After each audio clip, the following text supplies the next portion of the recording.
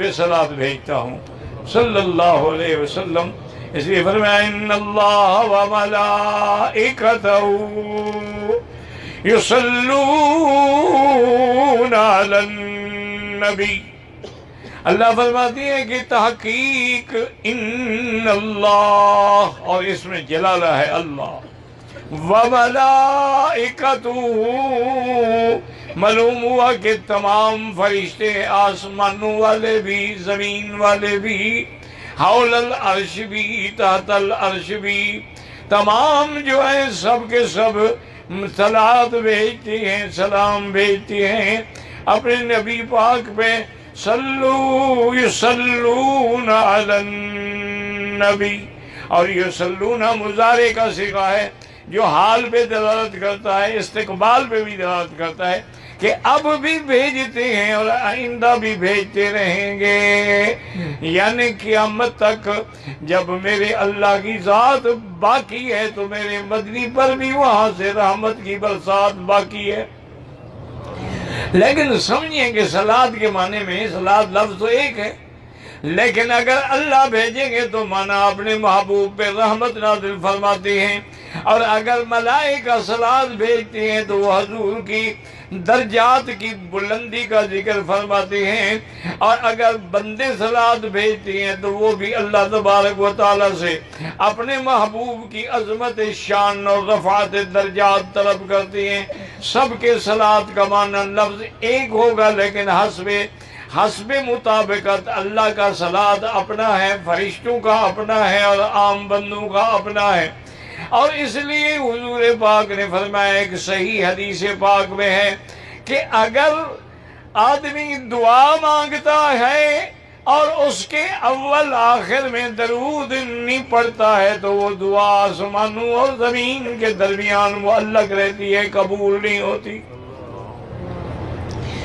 دعا کے قبول ہونے کے لیے یہ شرط ہے کہ آدمی پہلے بھی درود پڑھے اور دعا ختم کر کے پھر بھی درود پڑھے، کیونکہ جب درود قبول ہوگا وہ عرش پہ جائے گا تو ہماری درخواست بھی ساتھ چلی جائے گی، اور اگر ہم درود نہیں پڑھیں گے تو پھر وہ درخواست اوپر نہیں جائے گی۔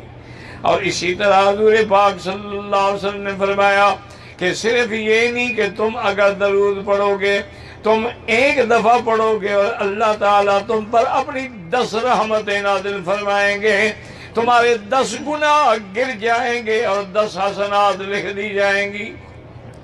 ایک دن میرے مدنی صلی اللہ علیہ وسلم جب نام آئے دروشی پڑھو نا شوق سے،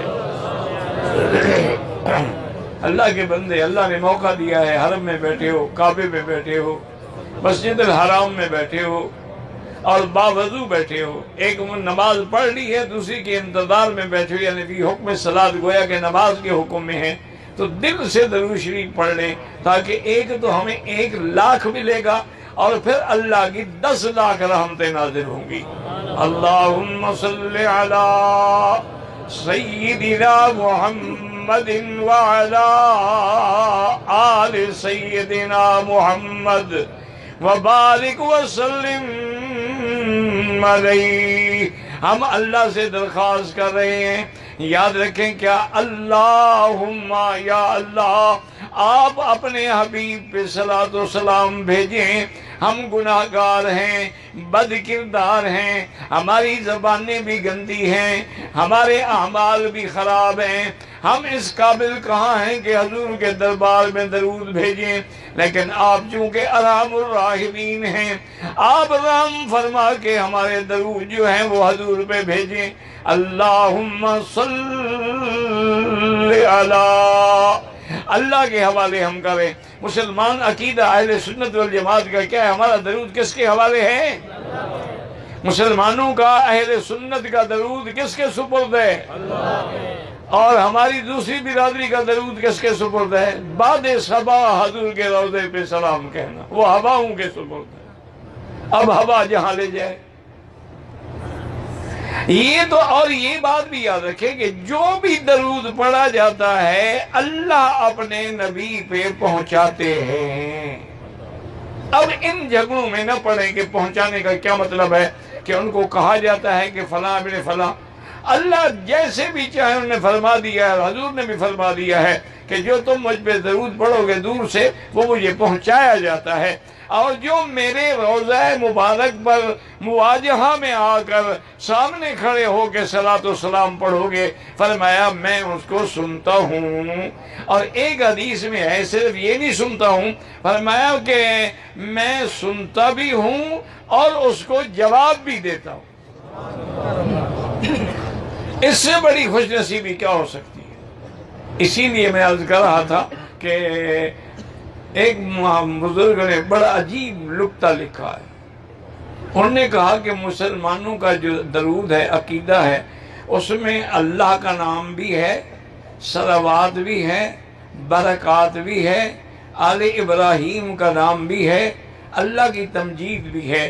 اور ہمارے بریلوی حضرات کا درود جو ہے، یہاں تو ہم اللہ کا نام پہلے لیتے ہیں، اللہم صلی علی، اللہ پہلے ہے کہ نہیں؟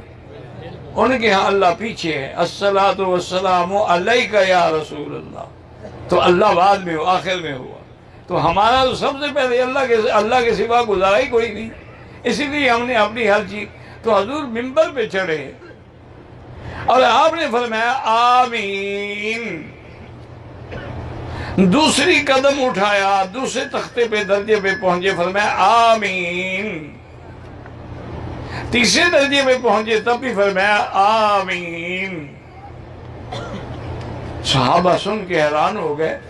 جب حضور نیچے اترے، انہوں نے پوچھا حضور آپ نے آج تک تو ایسا کبھی عمل نہیں کیا، 3 دفعہ آپ نے آمین کہا ہے، کس بات پر؟ فرمایا جب میں نے پہلے تختے پہ پہلے